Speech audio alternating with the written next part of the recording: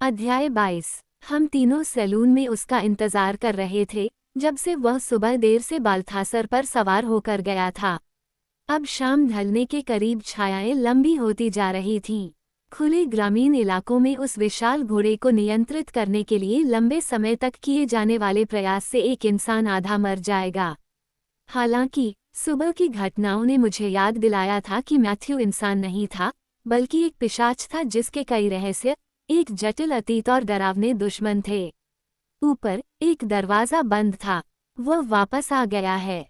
वह अपने पिता के कमरे में जाएगा, जैसा कि वह हमेशा करता है जब वह परेशान होता है, यसब्यू ने समझाया। मैथ्यू की खूबसूरत युवा माँ आग को घूरती हुई बैठी थी, जबकि मैं अपनी गोद में हाथ मलता हुआ मार्थे द्वारा मेरे सामने रखी गई हर चीज को अस्वीकार करता रहा।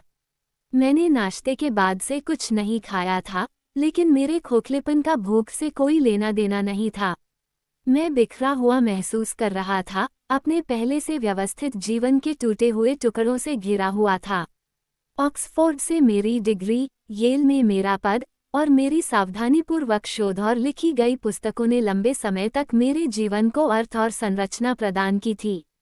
लेकिन उनमें से कोई भी मुझे खतरनाक पिशाचों और धमकी देने वाली चुड़ैलों की इस अजीब नई दुनिया में आराम नहीं दे रहा था। इसके संपर्क में आने से मैं कच्चा रह गया था, एक पिशाच से जुड़ी एक नई नाजुकता और मेरी नसों में एक चुड़ैल के खून की अदृश्य और निर्विवाद गति के साथ। आखिरकार मैथ्यू सैलून में दाखिल हुआ, साफ सुथरा और नए कपड़े पहने हुए। उसकी आंखें तुरंत मुझे ढूंढने लगी, उनका ठंडा स्पर्श मेरे ऊपर फड़फड़ा रहा था क्योंकि वह जांच कर रहा था कि मुझे कोई नुकसान तो नहीं पहुंचा है। राहत में उसका मुंह नर्म हो गया।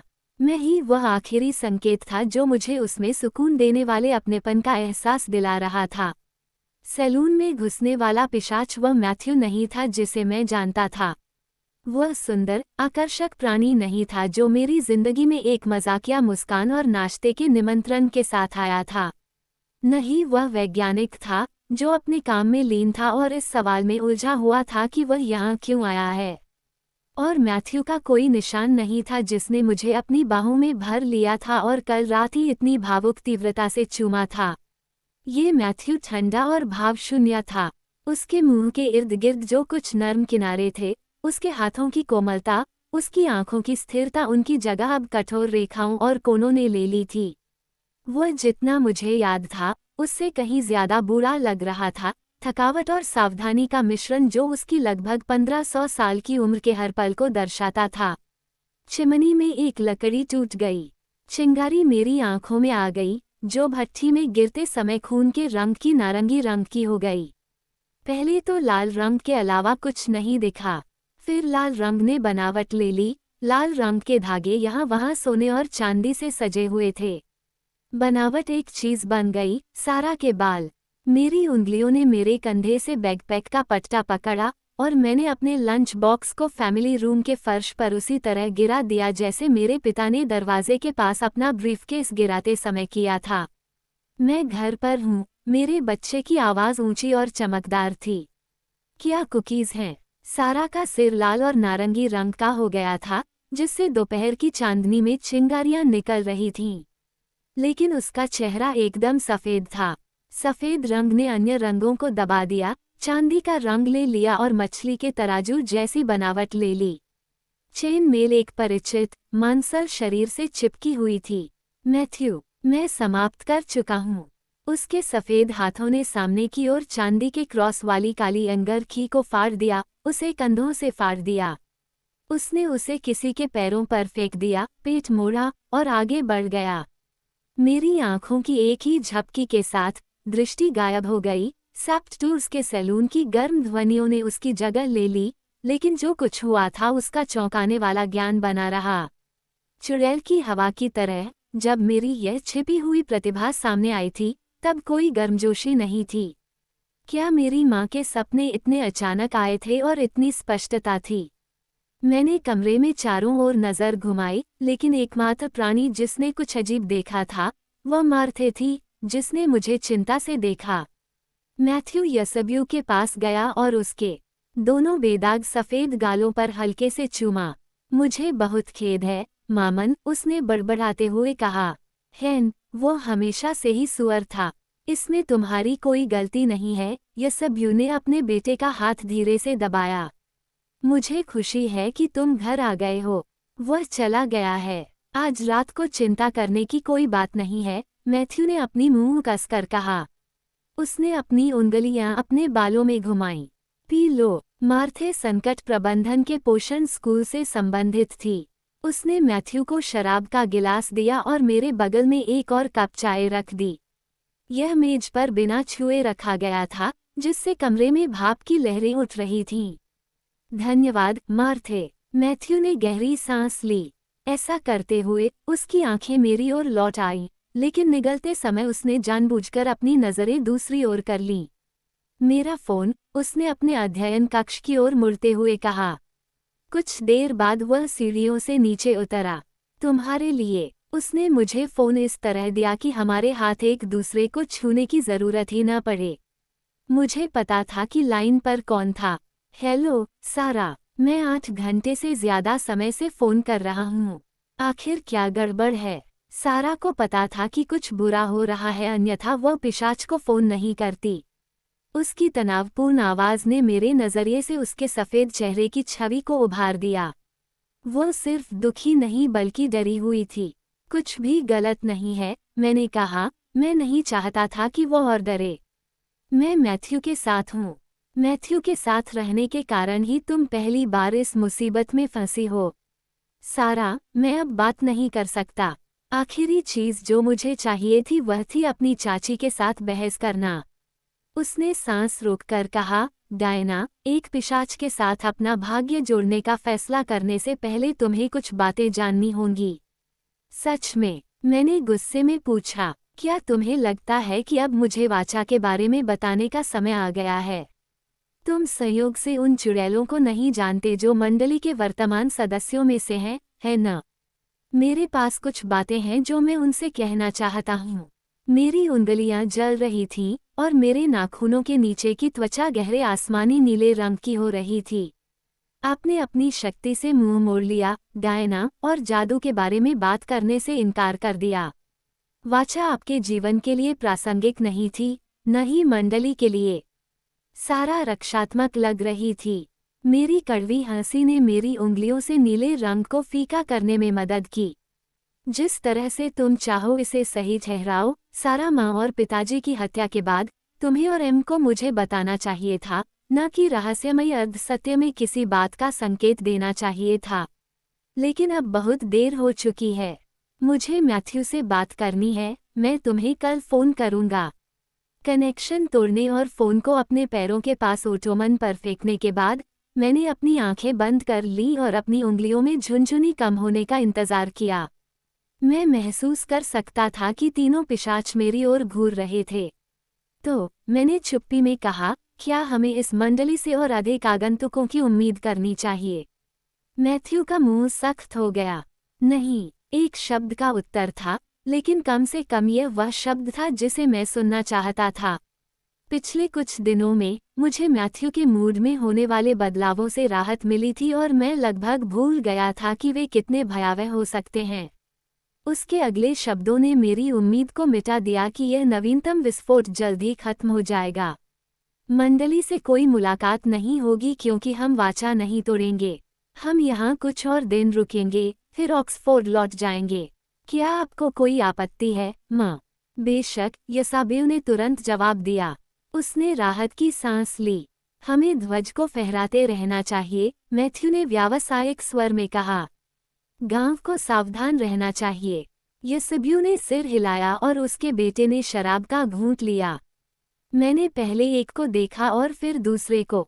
अधिक जानकारी के लिए मेरी मौन मांग पर किसी ने कोई प्रतिक्रिया नहीं दी। अभी कुछ ही दिन हुए हैं जब आपने मुझे ऑक्सफोर्ड से निकाला था। जब मेरी शब्दहीन चुनौती पर किसी ने कोई प्रतिक्रिया नहीं दी तो मैंने कहा। मैथ्यू की नज़रें मेरी ओर उठी और उसने मुझे मना किया। अब तुम वापस जा रहे हो, उसने समान भाव से कहा। इस बीच मैदान के बाहर कोई सैर नहीं होगी। अकेले सवारी नहीं कर पाओगे। उसकी वर्तमान ठंडक डोमेनिको द्वारा कही गई किसी भी बात से ज्यादा भयावह थी। और मैंने उस पर जोर दिया। मैथ्यू ने कहा, अब और नृत्य नहीं होगा। उनकी अचानक ये बात यह संकेत दे रही थी कि इस श्रेणी में कई अन्य गतिविधियां भी शामिल हैं। हम मंडली के नियमों का पालन करेंगे। अगर हम उन्हें परेशान करना बंद कर दें, तो वे अपना ध्यान अधिक महत्वपूर्ण मामलों की ओर लगाएंगे। मैं समझ गया, तुम चाहते हो कि मैं मरा हुआ बन जाऊं, और तुम अपना काम और ऐशमोल 782 छोड़ दोगे। मुझे इस पर विश्वास नहीं होता। मैं खड़ा हुआ और दरवाजे की ओर बढ़ा। मैथ्यू का हाथ मेरी बांह पर बहुत कठोर था। ये भौतिकी के सभी नियमों का उल्लंघन था कि वह इतनी जल्दी मेरे पास पहुंच सकता था। बैठ जाओ, डायना। उसकी आवाज़ उसके स्पर्श की तरह ही कठोर थी, लेकिन यह अजीब तरह से संतोषजनक था कि वो कोई भावना दिखा रहा था। तुम क्यों हार मान रहे हो? मैंने फुसफुसाकर पूछा। हम सभी को इंसानों के सामने उजागर होने से बचाने के लिए और तुम्हें जीवित रखने के लिए। उसने मुझे वापस सोफे पर खींच लिया और मुझे कुशन पर धकेल दिया। ये परिवार लोकतंत्र नहीं है, खासकर इस तरह के समय में। जब मैं तुम्हें कुछ करने के लिए कहता हूँ, तो तुम बिना किसी हिचकिचाहट या सवाल के उसे करते हो। समझे? मैथ्यू के लहजे से पता चला कि चर्चा खत्म हो गई थी। या क्या? मैं जानबूझकर उसे उकसा रही थी, लेकिन उसकी उदासीनता मुझे डरा रही थी। उसने अपनी शराब रख दी और क्रिस्टल ने मोमबत्तियों से प्रकाश ग्रहण कर लिया। मुझे लगा कि मैं गिर रहा हूँ, इस बार पानी के एक कुंड में। तालाब एक बूंद बन गया, बूंद एक सफ़ेद गाल पर चमकता हुआ आंसू बन गई। सारा के गाल आंसुओं से भरे हुए थे, उसकी आंखें लाल और सूजी हुई थीं। एम रसोई में थी। जब वह हमारे पास आई, तो ये स्पष्ट था कि वह भी रो रही थी। वो बहुत दुखी लग रही थी। क्या? मैंने कहा, मेरे पेट में डर बैठ गया। क्या हुआ? सारा ने अपनी आंखें पोंछीं। उसकी उंगलियां उन जड़ी बूटियों और मसालों से सनी हुई थीं जिनका इस्तेमाल उसने जादू टोना करने के लिए किया था। उसकी उंगलियां लंबी हो गईं, दाग मिटने लगे। क्या? मैथ्यू ने कहा। उसकी आंखें बेचैन थीं। सफ़ेद उंगलियां उसके समान सफ़ेद गाल से खून से सने एक छोटे से आंसू को पोंछ रही थीं। क्या हुआ? चुड़ैलें। तुम्हारे पिता उनके पास हैं। यस्ब्यू ने कहा। उसकी आवाज़ टूट गई। जैसे जैसे दृश्य धुंधला होता गया, मैंने मैथ्यू को खोजा। उम्मीद थी कि उसकी आंखें हमेशा की तरह अपना आकर्षण दिखाएंगी और मेरी भटकाव की स्थिति को दूर करेंगी। जैसे ही हमारी नज़रें मिली, वह मेरे पास आया और मेरे ऊपर मंडराने लगा। लेकिन उसकी उपस्थिति से जुड़ी सामान्य सहजता नहीं थी। मैं तुम्हें खुद मार डालूंगा, इससे पहले कि कोई तुम्हें चोट पहुंचाए। शब्द उसके गले में अटक गए। और मैं तुम्हें मारना नहीं चाहता, इसलिए कृपया वही करो जो मैं तुम्हें बताऊं। तो बस इतना ही, मैंने पूछा, जब मैं ये प्रबंध कर सका। हम लगभग 1000 साल पहले किए गए एक प्राचीन, संकीर्ण सोच वाले समझौते का पालन करने जा रहे हैं। मामला बंद हो गया। आपको मंडली की जांच के दायरे में नहीं आना चाहिए। आपको अपने जादू पर कोई नियंत्रण नहीं है और न ही एशमोल 782 से अपने रिश्ते के बारे में कोई समझ है। सैप्ट टूर्स में आप पीटर नॉक्स, डायना से सुरक्षित हो सकते हैं, लेकिन मैंने आपको पहले ही बता दिया है कि आप पिशाचों के आसपास सुरक्षित नहीं हैं। कोई भी वार्मब्लड सुरक्षित नहीं है। कभी नहीं। तुम मुझे चोट नहीं पहुंचाओगे। पिछले कई दिनों में जो कुछ भी हुआ था, उसके बावजूद इस बात पर मैं पूरी तरह आश्वस्त था। तुम्हारी यह रोमांटिक कल्पना बनी हुई है कि पिशाच होना क्या होता है, लेकिन इसे रोकने के मेरे सर्वोत्तम प्रयासों के बावजूद मुझे खून का स्वाद चखने को मिलता है। मैंने उसे नकारते हुए कहा, तुमने इंसानों को मारा है। मैं ये जानता हूँ। मैथ्यू, तुम एक पिशाच हो और तुम सैकड़ों सालों से जीवित हो। क्या तुम्हें लगता है कि मैंने कल्पना की थी कि तुम सिर्फ जानवरों पर ही जीवित रहोगे? यसाबेओ अपने बेटे पर बारीकी से नज़र रख रही थी। ये कहना कि तुम जानती हो कि मैंने इंसानों को मारा है और यह समझना कि इसका क्या मतलब है, दोनों अलग अलग बातें हैं, डायना। तुम्हें पता भी नहीं है कि मैं क्या करने में सक्षम हूँ। उसने बेथनी से अपना ताबीज छुआ और तेज, अधीर कदमों से मुझसे दूर चला गया। मैं जानता हूँ कि तुम कौन हो। यहाँ पूर्ण निश्चय का एक और बिंदु था। मुझे आश्चर्य हुआ कि किस बात ने मुझे मैथ्यू के बारे में इतना सहज रूप से आश्वस्त कर दिया कि वह सबूत है। पिशाचों और यहाँ तक कि चुड़ैलों की क्रूरता के बारे में भी चर्चा हुई। तुम खुद को नहीं जानते, और 3 हफ्ते पहले तुमने मेरे बारे में कभी नहीं सुना था। मैथ्यू की निगाहें बेचैन थीं और उसके हाथ भी मेरी तरह कांप रहे थे। ये बात मुझे इस बात से ज्यादा चिंतित कर रही थी कि यसब्यू अपनी सीट पर आगे की ओर झुक गई थी। उसने एक पोकर उठाया और आग को एक जोरदार झटका दिया और फिर उसे एक तरफ फेंक दिया। धातु पत्थर से टकराए और कठोर सतह को ऐसे चीर रही थी जैसे कि वह मक्खन हो। हम इसका हल निकाल लेंगे। थोड़ा समय दो, मैंने अपनी आवाज़ धीमी और शांत रखने की कोशिश की। समझने के लिए कुछ भी नहीं है। मैथ्यू अब आगे बढ़ रहा था। तुम्हारे पास बहुत ज्यादा अनुशासनहीन शक्ति है। यह एक दवा की तरह है, एक अत्यधिक नशे की लत, खतरनाक दवा जिसे दूसरे जीव साझा करने के लिए बेताब हैं। जब तक कोई चुड़ैल या पिशाच तुम्हारे आसपास है, तुम कभी सुरक्षित नहीं रह सकते। मैंने जवाब देने के लिए मुंह खोला, लेकिन वह जगह खाली थी जहां वह खड़ा था। मैथ्यू की बर्फीली उंगलियां मेरी ठोड़ी पर थीं, मुझे मेरे पैरों पर खड़ा कर रही थीं। मैं एक शिकारी हूँ, डायना, उसने प्रेमी की मोहकता के साथ यह कहा। लौंग की गहरी सुगंध ने मुझे चक्कर में डाल दिया। मुझे जीवित रहने के लिए शिकार करना और मारना होगा। उसने एक क्रूर मोड़ के साथ मेरा चेहरा अपनी ओर मोड़ दिया जिससे मेरी गर्दन उजागर हो गई। उसकी बेचैन आंखें मेरे गले पर घूम रही थीं। मैथ्यू, डायना को नीचे उतारो।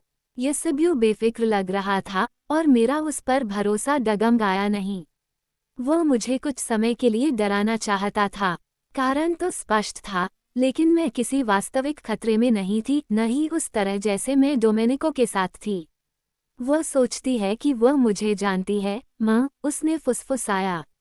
लेकिन डायना नहीं जानती कि जब गर्म खून की लालसा आपके पेट को इतना जकड़ लेती है कि आप ज़रूरत से पागल हो जाते हैं, तो कैसा लगता है।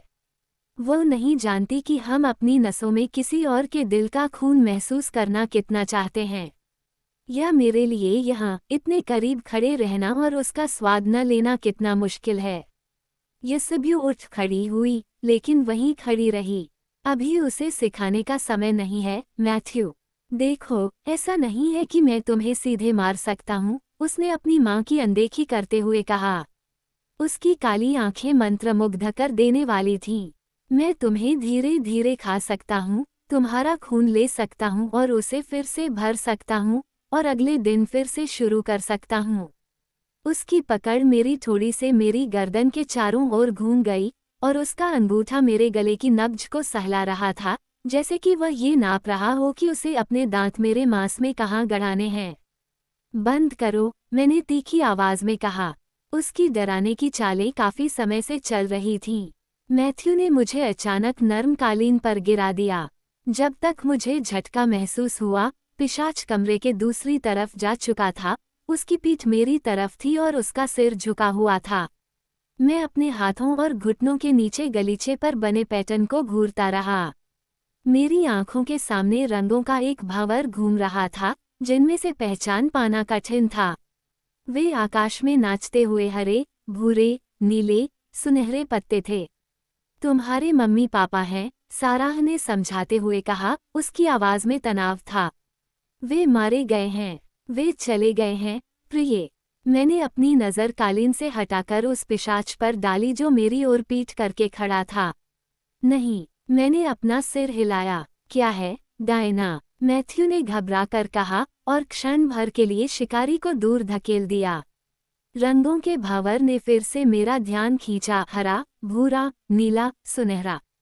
वे पत्ते थे, जो पानी के एक तालाब पर भावर में फंस गए थे, मेरे हाथों के चारों ओर जमीन पर गिर रहे थे। एक धनुष, घुमावदार और पॉलिश, तीरों के बिखराव और आधे खाली तरकश के बगल में रखा हुआ था। मैंने धनुष तक अपना हाथ बढ़ाया और महसूस किया कि उसकी तनी हुई डोरी मेरे शरीर में चुभ रही है। मैथ्यू, यसब्यू ने हवा को कोमलता से सूंघते हुए कहा।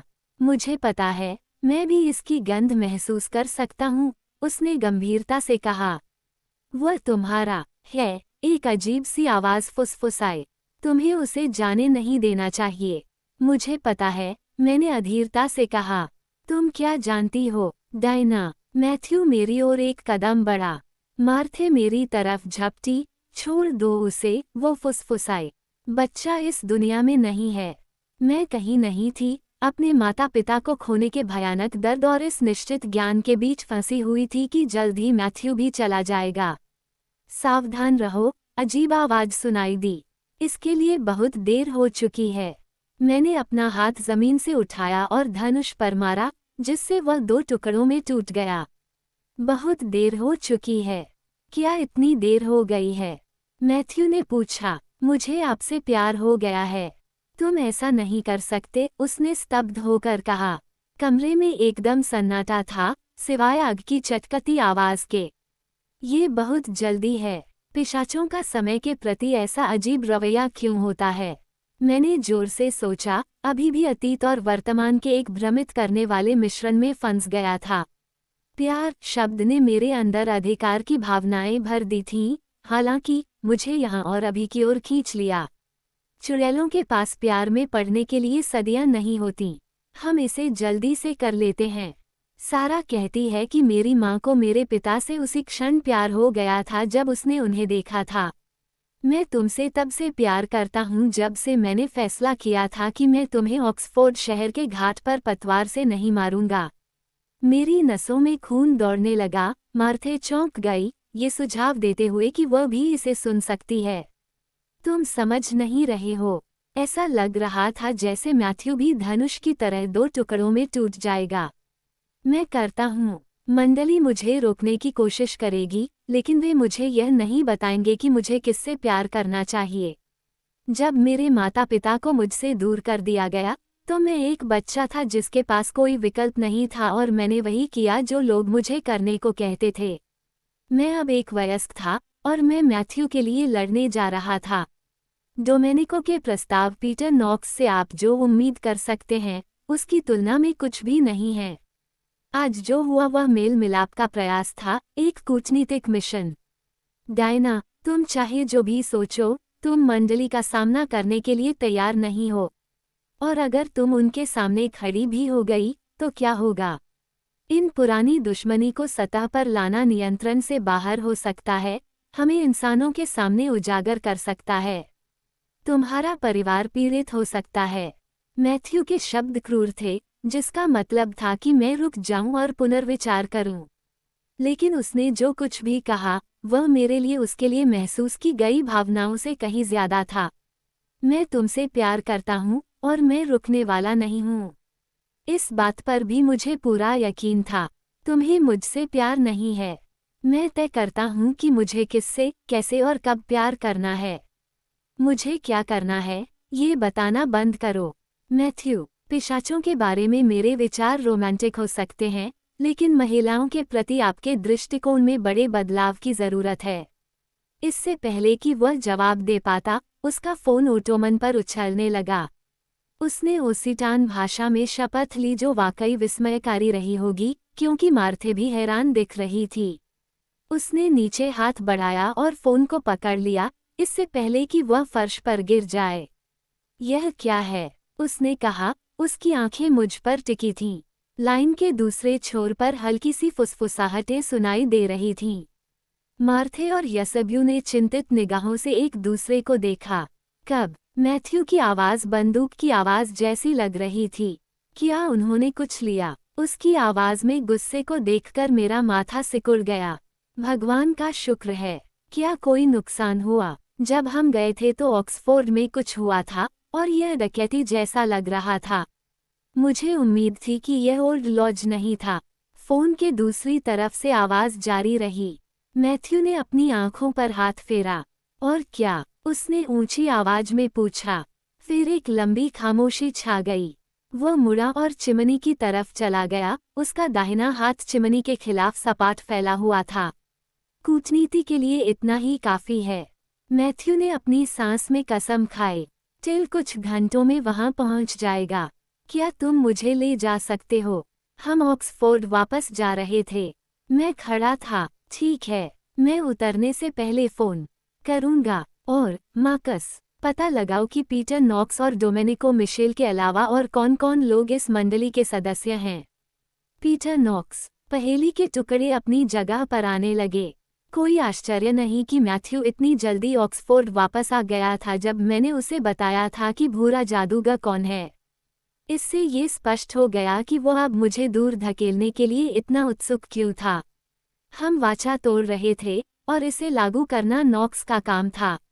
लाइन खत्म होने के बाद मैथ्यू कुछ क्षणों तक चुपचाप खड़ा रहा। उसका एक हाथ इस तरह से मुड़ा हुआ था मानो वह पत्थर की मेंटल को पीटकर उसे वश में करने की इच्छा को रोक रहा हो। वह मार्कस था। किसी ने प्रयोगशाला में घुसने की कोशिश की। मुझे ऑक्सफोर्ड वापस जाना है। वह बेहोश हो गया, उसकी आंखें मर गईं। क्या सब कुछ ठीक है? यूसेबियो ने मेरी ओर चिंतित दृष्टि से देखा। वे सुरक्षा नियंत्रणों को पार नहीं कर पाए। फिर भी मुझे विश्वविद्यालय के अधिकारियों से बात करनी होगी और सुनिश्चित करना होगा कि जो भी हो अगली बार सफल न हो। मैथ्यू जो कुछ भी कह रहा था उसका कोई मतलब नहीं था।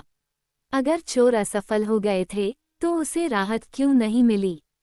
और वह अपनी मां के सामने सिर क्यों हिला रहा था? वे कौन थे? मैंने सावधानी से पूछा। मार्कस को यकीन नहीं है। यह अजीब बात थी क्योंकि पिशाच की सूंघने की शक्ति बहुत तेज होती है। क्या यह इंसान थे? नहीं। हम पुनः एक शब्दीय उत्तर पर आ गए। मुझे अपना सामान लेना है। मैं सीढ़ियों की ओर मुड़ा। तुम नहीं आ रहे हो। तुम यहीं रहोगे। मैथ्यू के शब्दों ने मुझे स्तब्ध कर दिया। मैं तो ऑक्सफोर्ड में रहना पसंद करूंगा, मैंने विरोध करते हुए कहा, आपके साथ। ऑक्सफोर्ड इस समय सुरक्षित नहीं है। जब ये सुरक्षित होगा मैं वापस आ जाऊंगा। तुमने अभी मुझे बताया कि हमें वहीं लौट जाना चाहिए। अपना मन बना लो मैथ्यू। खतरा कहाँ है? पांडुलिपि और चुड़ैलें, पीटर नॉक्स और मंडली, या डोमेनिको मिशेल और पिशाच? क्या तुम सुन रहे थे? मैं ही खतरा हूँ। मैथ्यू की आवाज़ तीखी थी। ओह, मैंने आपकी बात सुनी, लेकिन आप मुझसे कुछ छिपा रहे हैं। रहस्यों को उजागर करना इतिहासकार का काम है, मैंने उससे धीरे से वादा किया। और मैं इसमें बहुत अच्छा हूँ। उसने बोलने के लिए अपना मुंह खोला, लेकिन मैंने उसे रोक दिया। अब कोई बहाना या झूठी व्याख्या नहीं। ऑक्सफोर्ड जाओ, मैं यहीं रहूंगा। क्या तुम्हें ऊपर से कुछ चाहिए? यूसेबियो ने पूछा। तुम्हें कोट ले जाना चाहिए। अगर तुम सिर्फ स्वेटर पहने हो तो लोग नोटिस कर लेंगे। बस मेरा कंप्यूटर, मेरा पासपोर्ट बैग में है। उन्हें पाने के लिए, एक पल के लिए सभी डे क्लेरमोंट से राहत चाहते हुए, मैं सीढ़ियों से ऊपर चला गया। मैथ्यू के अध्ययन में कमरे के चारों ओर देखा जो उसके बहुत सारे हिस्से को समेटे हुए था। कवच की चांदी जैसी सतह आग की रोशनी में चमक रही थी, मेरा ध्यान खींच रही थी जबकि मेरे दिमाग में कई चेहरे घूम रहे थे। दृश्य आकाश में धूमकेतुओं की तरह तेजी से उड़ रहे थे। वहाँ एक पीली महिला थी जिसकी बड़ी नीली आंखें और एक मीठी मुस्कान थी। एक और महिला जिसकी दृढ़ ठोड़ी और चौड़े कंधे दृढ़ संकल्प को दर्शाते थे। एक आदमी जिसकी नाक बहुत दर्द में थी। वहाँ और भी चेहरे थे, लेकिन मैंने केवल लुइसा डे क्लेरमोंट को पहचाना, जो अपने चेहरे के सामने टपकती, खून से लथपथ उंगलियां पकड़े हुए थी। दृश्य के आकर्षण का विरोध करने से चेहरे फीके पड़ गए, लेकिन इससे मेरा शरीर कांप उठा और मेरा मन भ्रमित हो गया। डीएनए रिपोर्ट ने संकेत दिया था कि दृश्य आने की संभावना है, लेकिन उनके आने की कोई और आशंका नहीं थी, जैसा कि पिछली रात को हुई थी जब मैं मैथ्यू की बाहों में लेटा था। ऐसा लगा जैसे किसी ने बोतल का ढक्कन खींच दिया हो और मेरा जादू आखिरकार बाहर निकलने के लिए दौड़ पड़ा हो। जब मैं सॉकेट से कॉर्ड को झटके से निकालने में सफल हो गया तो मैंने उसे कंप्यूटर के साथ मैथ्यू के बैग में डाल दिया। उसका पासपोर्ट सामने की जेब में था, जैसा कि उसने कहा था। जब मैं सैलून में वापस आया तो मैथ्यू अकेला था। उसके हाथ में उसकी चाबियां थीं और उसके कंधों पर एक साबर बैम जैकेट लटका हुआ था। मार्थे बड़बड़ाते हुए बड़े हॉल में चहलकदमी कर रही थी। मैंने उसे उसका कंप्यूटर थमा दिया और दूर खड़ी हो गई ताकि उसे फिर से छूने की इच्छा को रोक सकूं। मैथ्यू ने अपनी चाबियां जेब में रखी और बैग ले लिया। मुझे पता है कि यह मुश्किल है। उसकी आवाज़ धीमी और अजीब थी। लेकिन आपको ऐसा करने की ज़रूरत है। और मुझे ये जानना होगा कि जब तक मैं हूँ, तब तक आप सुरक्षित हैं। हम जहाँ भी हैं, मैं आपके साथ सुरक्षित हूँ। उसने अपना सिर हिलाया। मेरा नाम ही तुम्हें बचाने के लिए काफ़ी होना चाहिए था, लेकिन ऐसा नहीं हुआ। मुझे छोड़कर चले जाना कोई समाधान नहीं है। आज जो कुछ हुआ है, मैं उसे समझ नहीं पा रहा हूँ, लेकिन डोमेनिको की नफ़रत मुझसे कहीं ज़्यादा है। वह तुम्हारे परिवार और तुम्हारी हर उस चीज़ को नष्ट करना चाहता है जिसकी तुम्हें परवाह है। डोमेनिको ये तय कर सकता है कि यह उसके प्रतिशोध को आगे बढ़ाने का सही समय नहीं है। लेकिन पीटर इशमोल 782 और उसे लगता है कि मैं उसके लिए इसे हासिल कर सकता हूँ। वो इतनी आसानी से नहीं टाला जाएगा। मैं कांप उठा। नॉक्स, वह चाहता है। अगर मैं उसे कोई सौदा पेश करूं तो वह जरूर करेगा। सौदा? आपके पास व्यापार करने के लिए क्या है? पिशाच चुप हो गया। मैथ्यू, मैंने जोर देकर कहा। पांडुलिपि, उसने साफ कहा। अगर वह ऐसा ही वादा करता है तो मैं इसे और तुम्हें अकेला छोड़ दूंगा। इशमोल 782 डेढ़ सदी से बिना छेड़े पड़ा है। हम इसे ऐसे ही रहने देंगे। आप नॉक्स के साथ कोई सौदा नहीं कर सकते। उस पर भरोसा नहीं किया जा सकता। मैं भयभीत था। इसके अलावा, आपके पास पांडुलिपि का इंतजार करने के लिए पूरा समय है। नॉक्स के पास नहीं है। आपका सौदा उसे पसंद नहीं आएगा। बस नॉक्स को मेरे पास छोड़ दो, उसने कर्कश स्वर में कहा। मेरी आंखें गुस्से से चमक उठीं। डोमेनिको को अपने पास छोड़ दो। नॉक्स को अपने पास छोड़ दो। तुम क्या सोच रहे हो कि मैं क्या करने जा रही हूँ? तुमने कहा था कि मैं संकट में फंसी हुई महिला नहीं हूँ। इसलिए मेरे साथ ऐसा व्यवहार करना बंद करो। मुझे लगता है कि मैं इसके लायक था, उसने धीरे से कहा। उसकी आंखें काली हो गईं, लेकिन आपको पिशाचों के बारे में बहुत कुछ सीखना है। तो तुम्हारी माँ मुझे बताती है, लेकिन तुम्हें चुड़ैलों के बारे में भी कुछ बातें सीखनी चाहिए। मैंने अपनी आंखों से बाल हटाए और अपनी बाहें छाती पर रख लीं। ऑक्सफोर्ड जाओ, वहाँ जो कुछ हुआ उसे सुलझाओ। जो कुछ भी हुआ उसे तुम मुझसे साझा नहीं करोगे, लेकिन भगवान के लिए मैथ्यू, पीटर नॉक्स के साथ बातचीत मत करो। तय करो कि तुम मेरे बारे में क्या महसूस करते हो, इस वजह से नहीं कि वाचा क्या मना करती है या मंडली क्या चाहती है, या यहाँ तक कि पीटर नॉक्स और डोमेनिको मिशेल तुम्हें किस बात से डराते हैं। मेरा प्रिय पिशाच, जिसका चेहरा किसी देवदूत को भी ईर्ष्यालु बना दे, दुख से मेरी ओर देख रहा था। तुम्हें पता है कि मैं तुम्हारे बारे में कैसा महसूस करता हूँ? मैंने सिर हिलाया। नहीं, मुझे नहीं मालूम। जब तुम तैयार हो जाओगी, तो मुझे बता देना। मैथ्यू कुछ सोचने में उलझा हुआ था और उसने कुछ नहीं कहा। बिना कुछ कहे वह हॉल के दरवाजे की ओर चला गया। जब वह वहां पहुंचा, तो उसने मुझे बर्फ के टुकड़ों और बर्फ की एक लंबी नज़र से देखा और फिर अंदर चला गया। मार्थे हॉल में उससे मिली। उसने उसके दोनों गालों पर धीरे से चूमा और तेजी से ओसिटान भाषा में कुछ कहा। समझो, समझो, उसने जोर से सिर हिलाते हुए कहा और उसकी तरफ से मेरी तरफ देखा। पूरे दिल से धन्यवाद, मैंने धीरे से कहा। अल रिबवाया, मेरा टेफोलिसी। मैथ्यू ने मेरी ओर देखा। और तुम मुझसे यही वादा करोगे कि तुम सावधान रहोगे? यसब्यू की बात सुनो। वह बिना एक नज़र डाले या अंतिम, आश्वस्त स्पर्श के चला गया। मैंने अपने होंठ काटे और आंसू निगलने की कोशिश की, लेकिन वे बह निकले। वॉच टावर की सीढ़ियों की ओर 3 धीमे कदम बढ़ाने के बाद मेरे पैर दौड़ने लगे, मेरे चेहरे पर आंसू बहने लगे। मार्थे ने समझदारी से मुझे जाने दिया। जब मैं ठंडी, नम हवा में बाहर आया, तो डे क्लेरमोंट ध्वज धीरे धीरे आगे पीछे हो रहा था और बादलों ने चांद को लगातार छिपा रखा था। हर तरफ से अंधेरा मुझ पर हावी हो रहा था, और एक प्राणी जिसने इसे दूर रखा था, वह प्रकाश को अपने साथ ले जा रहा था। टावर की प्राचीर से नीचे झांकते हुए मैंने देखा कि मैथ्यू रेंज रोवर के पास खड़ा था और यसब्यू से उग्रता से बात कर रहा था।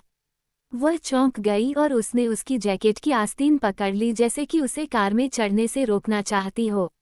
जब उसने अपना हाथ छुड़ाया तो उसका हाथ सफ़ेद हो गया था। एक बार उसकी मुट्ठी कार की छत पर लगी। मैं उछल पड़ा। मैथ्यू ने मेरे आसपास रहते हुए कभी भी अखरोट या सीप के खोल से बड़ी किसी चीज पर अपनी ताकत का इस्तेमाल नहीं किया था, और उसने धातु में जो गड्ढा बनाया था वह बहुत गहरा था। उसने अपना सिर झुका लिया।